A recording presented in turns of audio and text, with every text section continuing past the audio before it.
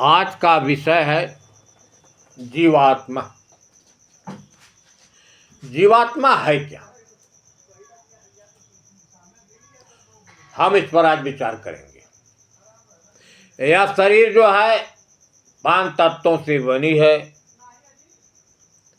और चेतन की सत्ता से चेतन, और चेतन के साथ रहने वाली उसकी माया अनादिकाल से उसके है। इस घर में एक है चेतन, दूसर की उसकी माया शक्ति। इसी को लोगों ने जीवात्मा नाम से कहा है। अब इसमें किसको हम जीव माने, किसको आत्मा? अरे आत्मा तो इसमें रहने वाला जिसके प्रकाश से प्रकाशित है, शरीर और अंतःकरण। अब बचा जीव। तो जीव को लोगों ने इसी मन को कहा है कि यही जीव को उपाधि लेकर नाना प्रकार के कर्मों को जन्म देता है और करने वाली इंद्रियां। यही मन जीव की उपाधि को लेकर स्वर्ग भी जाता है, नरक भी जाता है और बार बार इसे मृत्यु लोक में शरीर धारण करता है। देखा, तमाम लोगों का अनेक विचार है इस जीव के बारे में। कबीर साहब ने कहा है कि जीव रूप एक अंतर भाषा, अंतर ज्योति केंद्र प्रकाश का एक सत्ता है, कोई इसमें है जीव रूप से, उसके प्रकाश से सारा शरीर और अंतःकरण प्रकाशित होता है। अगर रहने वाला इस शरीर में आप देखें तो एक आत्मा ही है। आत्म का मतलब वह होता है जिसमें तम न हो, प्रकाशक हो, इसलिए उसको आत्म कहा। अगर प्रकाशक नहीं होगा तो शरीर और अंतःकरण प्रकाशित नहीं होगा। तब कहा है कि जीव रूप एक अंतर्वासा, अंतर ज्योति किन प्रकाशा, इच्छा रूप नारी अवतरी। अब इच्छा उत्पन्न होती है। अब समस्या यह है कि इच्छा कहां से उत्पन्न होती है?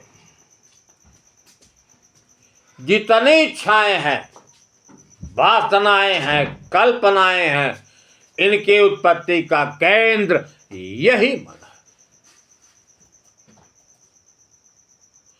तो इसमें उन्होंने कहा कि जीव रूप एक अंतर्भाषा एक है, उसके प्रकाश से अंतःकरण समेत सारी शरीर प्रकाशित।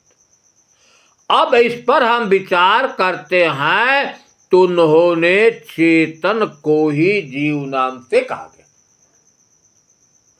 दूसरी साखी उनकी है कि जागृत रूपी जीव है।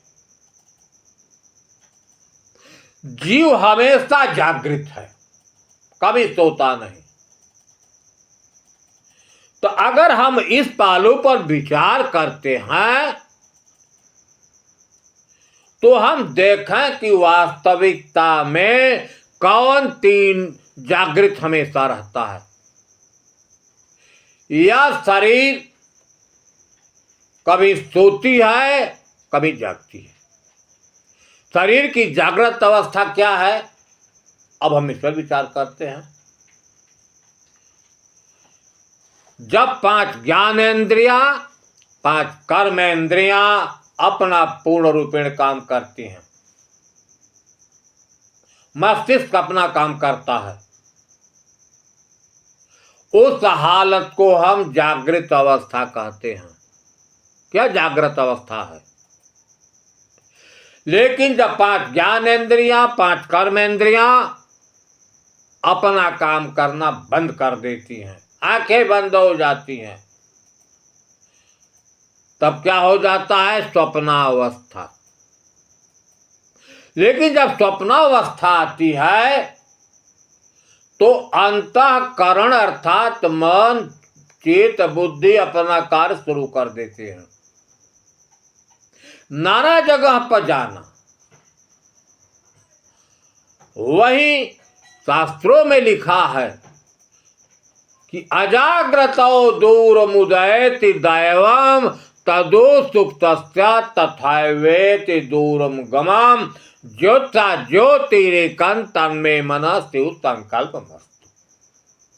यह ऋषियों महर्षियों का विचार है कि यह मन जागते हालत में दूर से दूर जाता है और स्वप्नावस्था में भी मन की वही स्थिति रहती है कि मन स्वप्नावस्था में भी दूर से दूर चला जाता है और नाना प्रकार का व्यवहार करता है।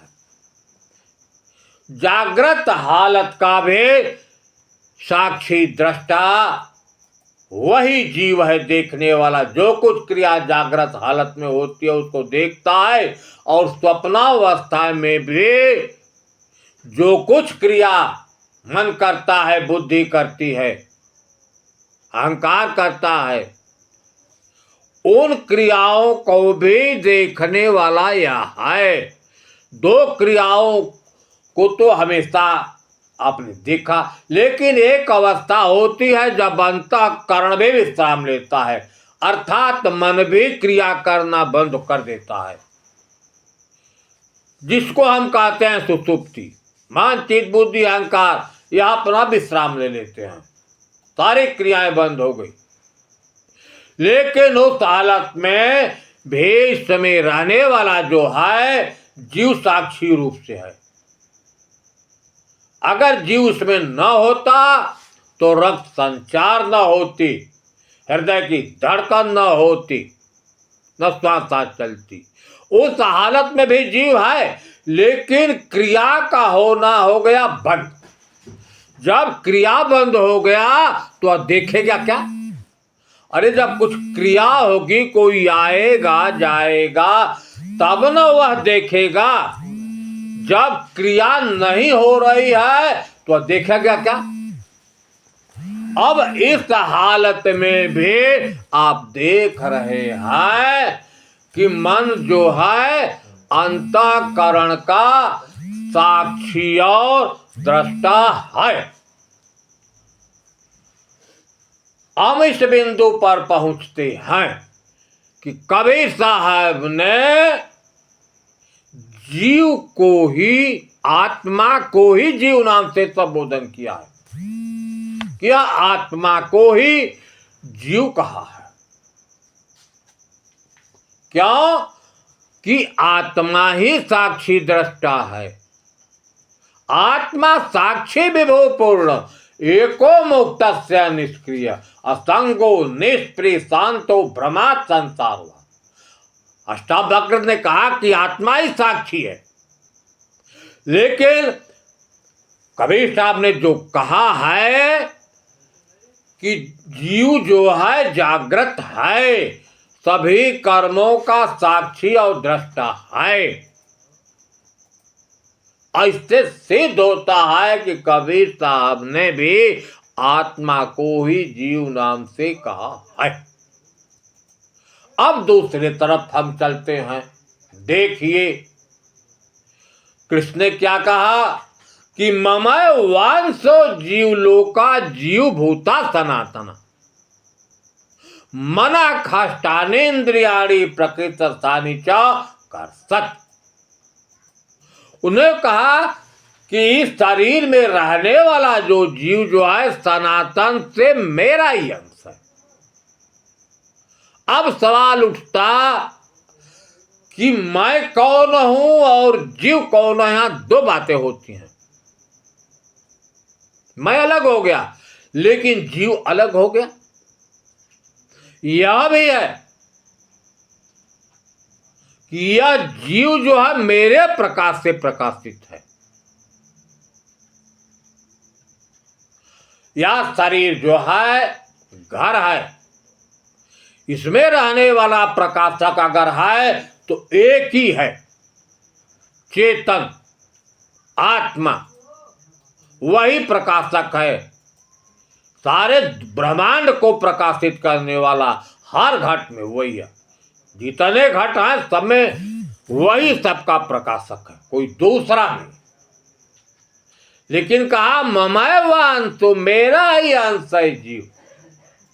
इसमें रहने वाला जो आत्मा है, चेतन है, उसके प्रकाश से मन चित्त बुद्धि अहंकार प्रकाशित होते हैं, कि उनके पास स्वयं की सत्ता नहीं है। जब यह प्रकाशित हो जाते हैं, चैतन्य होते हैं, जीव के साथ अनादि काल से हैं। इसलिए सारे कर्मों को करने वाला यही मन चित्त बुद्धि है। आत्मा उनका साक्षी और दृष्टा है। अब इस पर विचार करें, जो कर्ता जीव ही है। क्यों? कि मन के अंदर ही ज्ञान होता है और अज्ञान, यही मन बुद्धि जो है, इन्हीं के अंदर ज्ञान अज्ञान होता है, हर्ष शोक होता है, भय प्रेत होता है। चेतन निर्लेप नारायण है, उसके पास तो कुछ नहीं होता। तो इस विचार पर अगर चलते हैं तो कृष्ण ने इसी मन बुद्धि को कहा कि यह मेरा ही अंश है, मेरे प्रकाश से प्रकाशित है, कोई दूसरा नहीं है। अगर हम सर्वव्यापक कहते हैं, व्याप और व्यापक है, सर्वव्यापक है और सब में व्याप है, तो एक ही है, दूसरा नहीं है। घर में बैठा आप विराजे, बाहर देश सोए, खोज खोज सब था किए पार न पावत। कबीर साहब ने कहा, जो घर में है वही बाहर है, तो विभेद कहाँ है? वही घर में है, आत्मा रूप से सबको प्रकाशित करने वाला। जैसे है दर्पण है, दर्पण का स्वभाव है, जो दर्पण के बाहर होता है वही दर्पण के भीतर होता है, कोई दूसरा नहीं होता। जो वस्तु दर्पण के सामने आया, उसका प्रतिबिंब दर्पण के भीतर बन गया। यह शरीर एक दर्पण है, जो बाहर है वही भीतर है। भीतर अनुभूति होती है, बाहर अनुभूति नहीं होती, क्योंकि अनुभव करने वाला बुद्धि भीतर है। हम इस आधार पर मान लेते हैं कि जो भीतर है वही बाहर है, लेकिन विभेद नहीं है कि घर में वाला कोई दूसरा है, बाहर कोई दूसरा है। जो घर में है उसी के प्रकाश से मन चित्त बुद्धि अहंकार प्रकाशित होते हैं। अगर हम इस पर विचार करते हैं तो यही सिद्ध होता है कि इसी मन चित्त बुद्धि को ही यहां जीव नाम से कहा जा सकता है। अब हम दूसरे तब देखते हैं, वही मानस का लेख है कि ईश्वर अंश जीव अविनाशी, कि अविनाशी जीव ईश्वर का ही अंश है। अब सवाल उठता है कि ईश्वर कहाँ है और जीव कहाँ है? ईश्वर के अंश जीव अविनाशी, ईश्वर के प्रकाश से प्रकाशित होता है, क्योंकि इस शरीर में दो ही है, एक चेतन चाहे आत्मा, दूसर की उसकी माया शक्ति मन और बुद्धि है, तीसरी नहीं है। यही मन बुद्धि जो है, इसमें रहने वाला चेतन है। यहां ईश्वर शब्द है, ईश्वर क्यों कहा गया? जिसकी सत्ता से स्वर मतलब श्वासा चलती है। अगर इसमें चेतन न हो, आत्मा न हो, तो श्वासा कभी नहीं चलेगी, है तब श्वासा चलती है। इसलिए उसी आत्मा को उन्होंने ईश्वर नाम से कहा। ईश्वर अंश, ईश्वर अर्थात उसी की चेतना से मन चित्त बुद्धि अहंकार सब प्रकाशित हैं। इसलिए जीव की संज्ञा इसी अंतःकरण को, मन को ही दी गई है। इसमें मूल है अविद्या। केवल कर्मों के चलते फिर देखिए, ईश्वर अंश जीव विनाशी अचेतन अमल सहज सुख राशि, कि जीव को अगर चेतन अमल हो गया तो सहज सुख की राशि तो हो गई। तो चेतन कहीं दूसरा है, कहीं स्वर्ग वैकुंठ में बैठा हुआ कोई दूसरा चेतन है। अरे कबीर साहब ने कहा कि चेतन चेतन जान जोत सबके कीमत किन, अताही से कछु भिन्न नहीं साक्षी सब कुछ। कहा हर घट में चेतन है। जिन लोगों ने चेतन को जाना, अनुभूति हुई, वह सबकी कीमत है। ताही से कछु भिन्न नहीं, उससे भिन्न कुछ दूसरा है ही नहीं है। वही चेतन हर घट में साक्षी रूप से है। तो अब चेतन अगर अमल होगा तो इससे बुद्धि को होगा, ऐसे मन को बुद्धि को होगा, कोई दूसरा अमल करने वाला नहीं। कहा चेतन अमल सहज सुख राशि, अगर चेतन अमल हो गया तो सहज सुख की राशि हो गई। लेकिन होता क्या, सो माया बस भयो गोसाई बध्यो कीर मरकट की नहीं। यही जीव क्या हो गया, माया के वशीभूत हो गया। विचारणी बात है, चेतन तो निर्लेप नारायण है, मात्र वह प्रकाशक है, साक्षी है, दृष्टा है। चाहे बुरे स्थान पर जाए चाहे भले स्थान पर, यही मन है। कबीर मन तो एक है, भाव जहां लगाओ, भाव हर की भक्ति कर, भाव विषय कमाए। यहां स्पष्ट साहब ने कहा कि एक ही मन है, चाहे हरि में लग जाए चाहे विषय में। वही बात गोस्वामी जी ने कहा कि अगर चेतन अमल हो गया इसी मन को, इसी बुद्धि को, तो सहज सुख की राशि हो गई। लेकिन क्या हुआ, सो माया बस भयो गोसाई, यही मन बुद्धि माया के वशित हो गई। कैसे पकड़ लिया कि बध्यो कीर मारकट की नाई, जैसे बंदर आपे आप चने को पकड़ता है, घड़े में रखे चने को बंदर आपे आप पकड़ता है। सुग्गा जो है फुफली को अपने आप पकड़ा है, फुफली सुग्गे को नहीं पकड़ी है, न चना पकड़ा है बंदर को। अगर चने को छोड़ देता है बंदर तो मुट्ठी खुल जाएगी, निकल जाएगा। फुफली को अगर सुग्गा छोड़ देता है तो उड़ जाएगा। लेकिन यही बुद्धि पकड़ा है। अरे चेतन तो निर्लेप नारायण है, और तो उसकी ऐसी स्थिति है चेतन की कि तन की जाने, मन की जाने, जाने चित्त की चोरी, ता साहेब से का छिपा है, जाके हाथ में डोरी। वही साहेब जो है चेतन है, वही आत्मा है, कोई दूसरा नहीं है। उसी को पुरुष नाम से कहा गया है। लेकिन मन की उपाधि लेने वाला, जीव की उपाधि लेने वाला यही मन और बुद्धि। भगवान शंकर ने कहा कि हरस विषाद ज्ञानय ज्ञाना, अजीव धर्मय हमित अभिमाना। पार्वती से कहे भगवान शंकर कि आए पार्वती, जीव का धर्म क्या है? हर्ष, खुशी, कभी विषाद दुख, कभी ज्ञान हुआ कभी अज्ञान, कभी अहंकार हुआ कभी अहम मैं।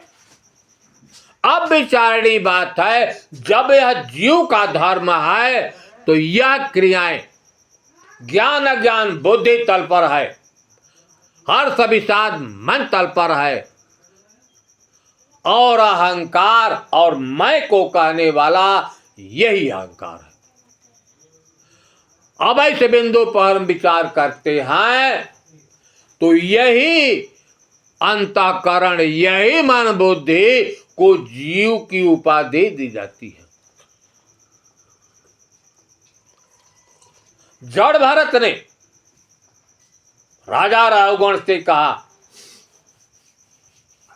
कि यह मन जो है विषयाकार है, विषयों में आसक्त है, 16 कलाओं में यही मन मुख्य है। यही मन जो है जीव की उपाधि को लेकर स्वर्ग जाता है और नरक भी यही जाता है, और शरीर बार बार यही मन धारण करता है, यही जीव की उपाधि को लेकर करता है। काकभूषुंडी जी गरुड़ को कैसे समझा रहे हैं कि ज्ञान अखंड एक सीतावर, जो ज्ञान स्वरूप है अखंड, जिसका टुकड़ा नहीं किया जा सकता, वह एक ही है। क्या?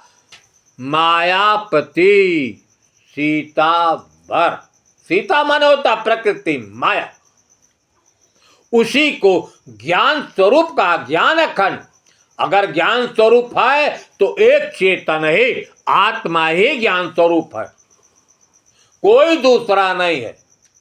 अरे सर्वहु को जाने सो तो सर्वहु से न्यारा है, सोई निज रूप गुरु आत्मा लखायो है।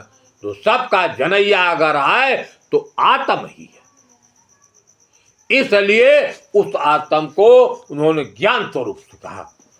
ज्ञान अखंड एक ही है, हर प्राणी में एक सी। माया वस्त जीव सचराचर, जितने चार जीव हैं वह माया के वशीभूत हैं। अब विचारणी बात है, थोड़ा आप लोग झांक कर देखिए, कहीं भी आसक्ति होती है मन की ही होती है, बुद्धि की होती है।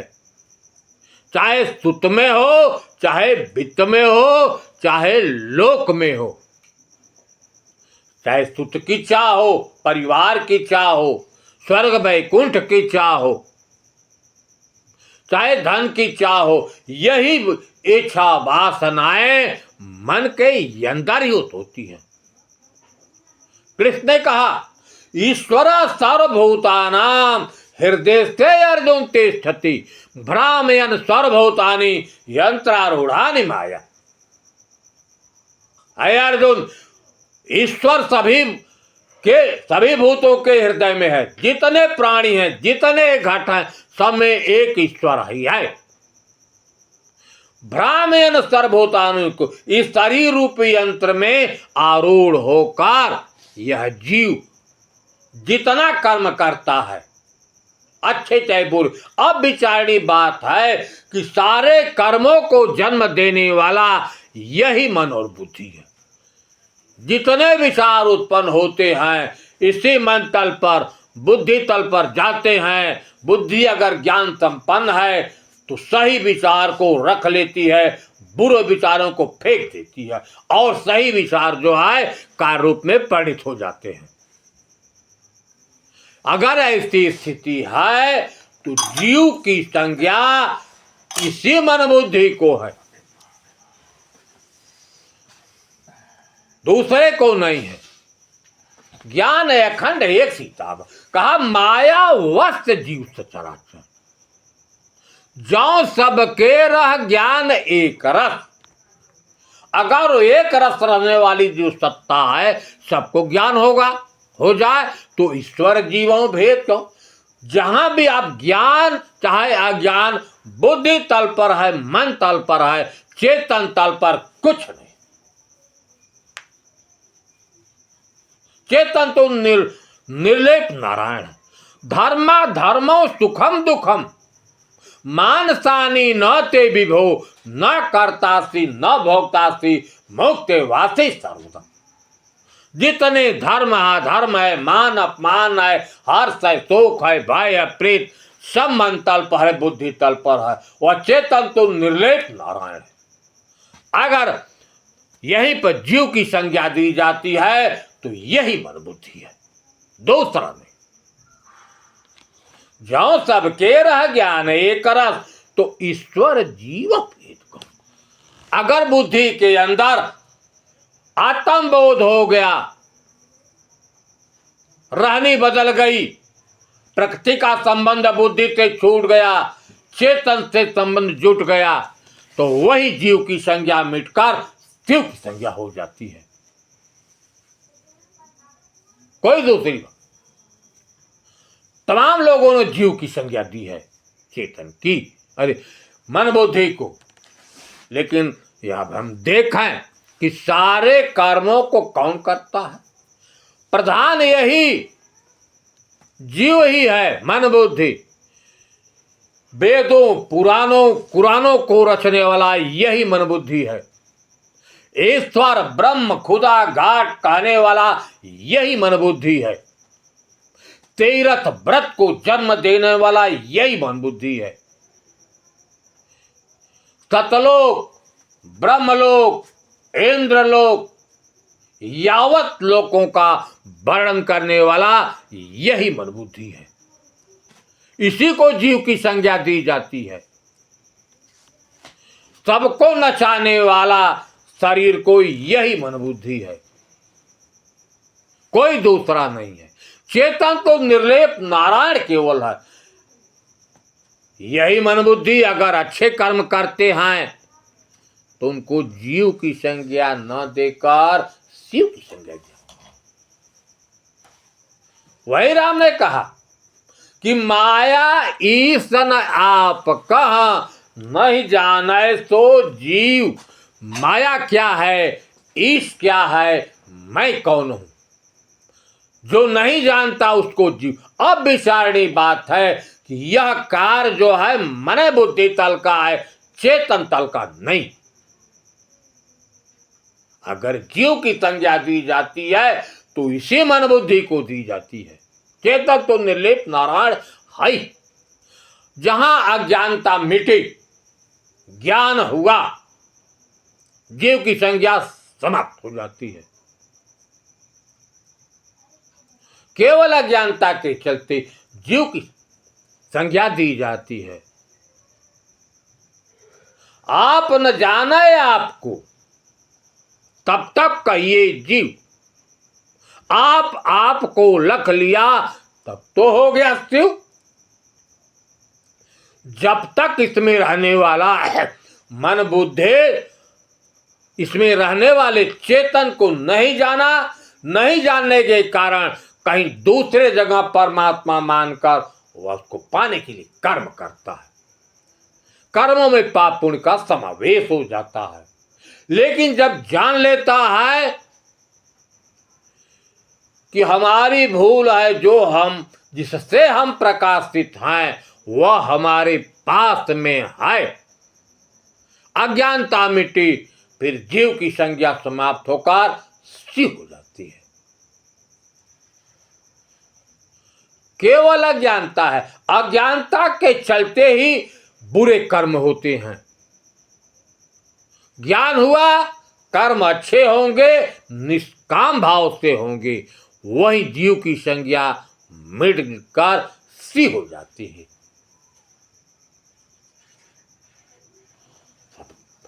सबसे बड़ी सवाल यही है कि केवल अज्ञानता के चलते ही जीव कहा जाता है और ज्ञान होने पर वही शिव हो जाता है।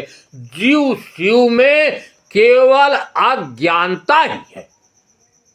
ज्ञान हो गया, शिव जब तक अज्ञानी है तब तक जीव की संज्ञा दी जाती है। जीव ईश में भेद इतना है सदैव कि बद्ध दशा में जीव है मुक्त। यद्यपि इच्छा वासना से बधा है, तब तक जीव है। इच्छा वासना ज्यों ही मिटी, जीव की संज्ञा मिटकर वही शिव हो जाता है।